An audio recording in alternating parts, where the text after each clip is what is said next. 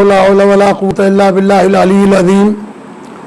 أعوذ بالله من الشيطان اللعين الرجيم بفضل بسم الله الرحمن الرحيم وبه نستعين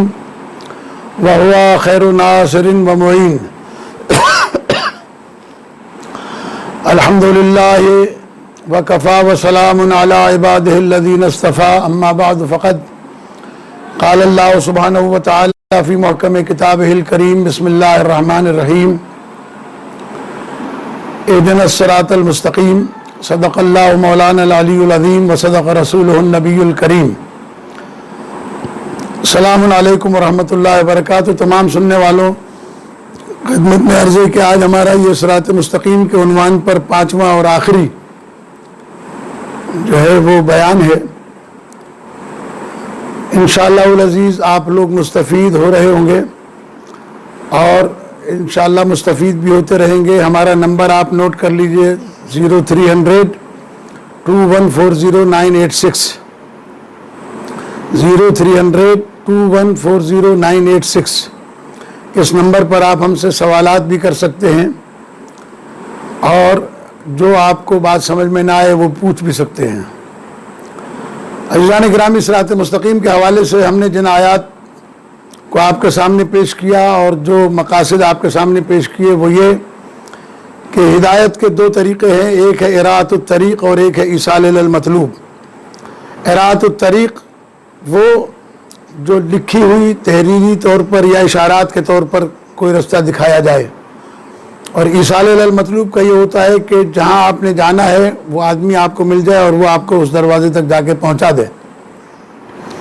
تو عزیزان گرامی، اسی لیے پیغمبر اکرم صلی اللہ علیہ وآلہ وسلم نے جو ارشادات فرمائے کہ الحسن والحسین سیدہ شباب اہل الجنہ،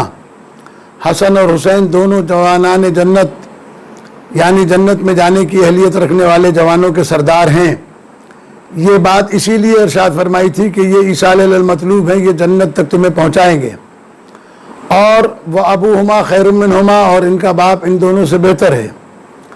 اور اس کے بعد پیغمبر اکرم صلی اللہ علیہ وآلہ وسلم کی ہزاروں سینکڑوں حدیثیں ہیں مولائے کائنات کی شان میں، جہاں مولائے کائنات کے بارے میں پیغمبر اکرم صلی اللہ علیہ وآلہ وسلم نے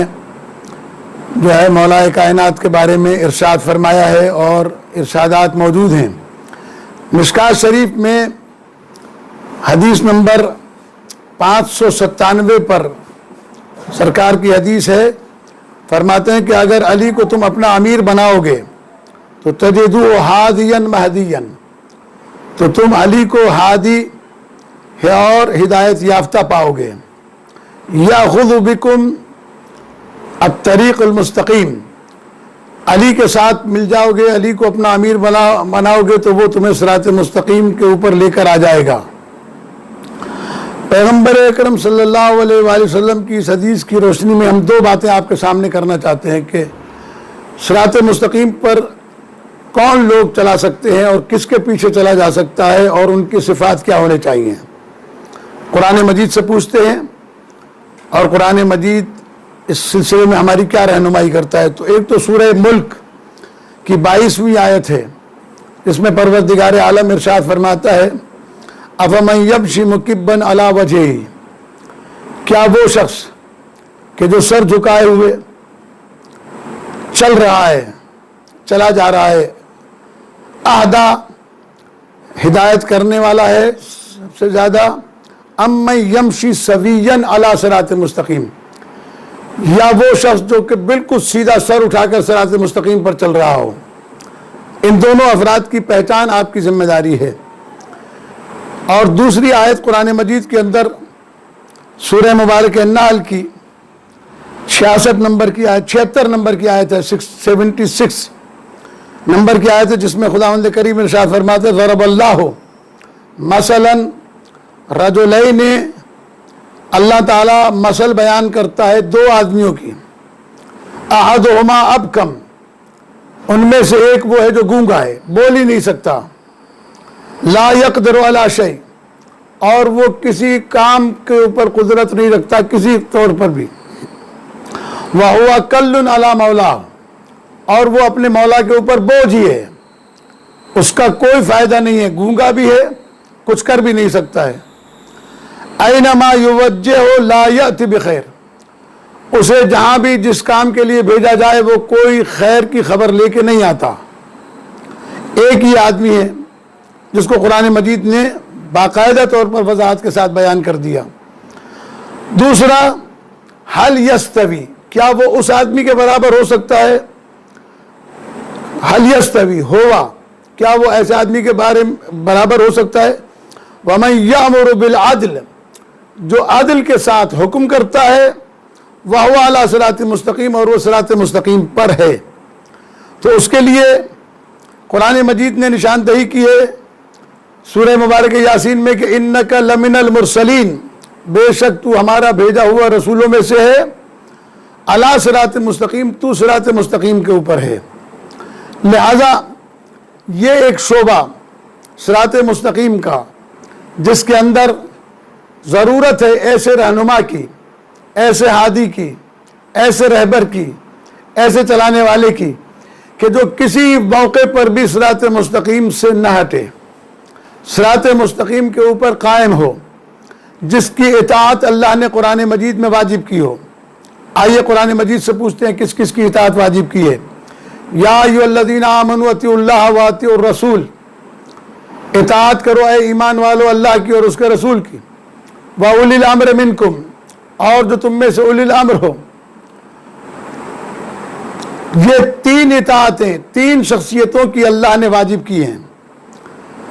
اللہ، رسول اور اولی الامر، ان تینوں کی اطاعت واجب کی ہے۔ اللہ تبارک و تعالیٰ سے ہم دعا کرتے ہیں، سوال کرتے ہیں کہ معبود، ایک بندہ تیرا تین شخصیتوں کی اطاعت کیسے کر سکتا ہے؟ تیری بھی اطاعت کرے، تیرے رسول کی بھی اطاعت کرے، اولی الامر کی بھی اطاعت کرے، تو کس طریقے سے ممکن ہے کہ یہ بندہ تینوں کی اطاعتوں کو بیک وقت انجام دے سکے؟ تیرا حکم کچھ اور ہو، رسول کا حکم کچھ اور ہو، اولی الامر کا حکم کچھ اور ہو، تو یہ بندہ اگر کسی ایک وقت میں تیری اطاعت کرے گا تو رسول اور اولی الامر کی اطاعت نہیں کر سکتا، اگر رسول کی اطاعت کرتا ہے تو تیری اور اولی الامر کی اطاعت نہیں کر سکتا،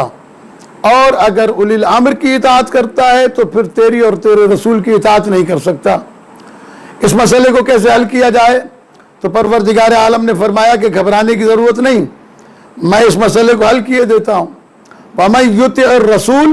فَقَدْ اطاع اللہ، جو میرے رسول کی اطاعت کرے گا، فرما برداری کرے گا، اس کے پیچھے چلے گا، وہ ایسا ہی ہے جیسے کہ اس نے میری اطاعت کی۔ اب ہم آئے رسول اسلام کے پاس، یا رسول اللہ، یہ بات تو سمجھ میں آ گئی اور یہ مشکل آسان ہو گئی کہ آپ کی اطاعت کریں گے تو وہ اللہ کی اطاعت قرار پائے گی،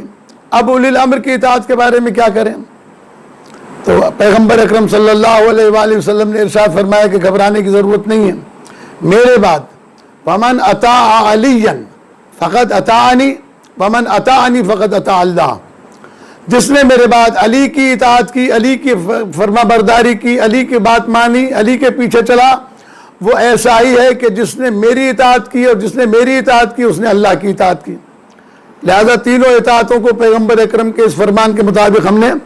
حل کر لیا۔ اور آگے بڑھ کر یہ آیہ کریمہ خود ایک واضح اعلان کر رہی ہے کہ وَأُولِي الْأَمْرِ مِنْكُمْ کے بعد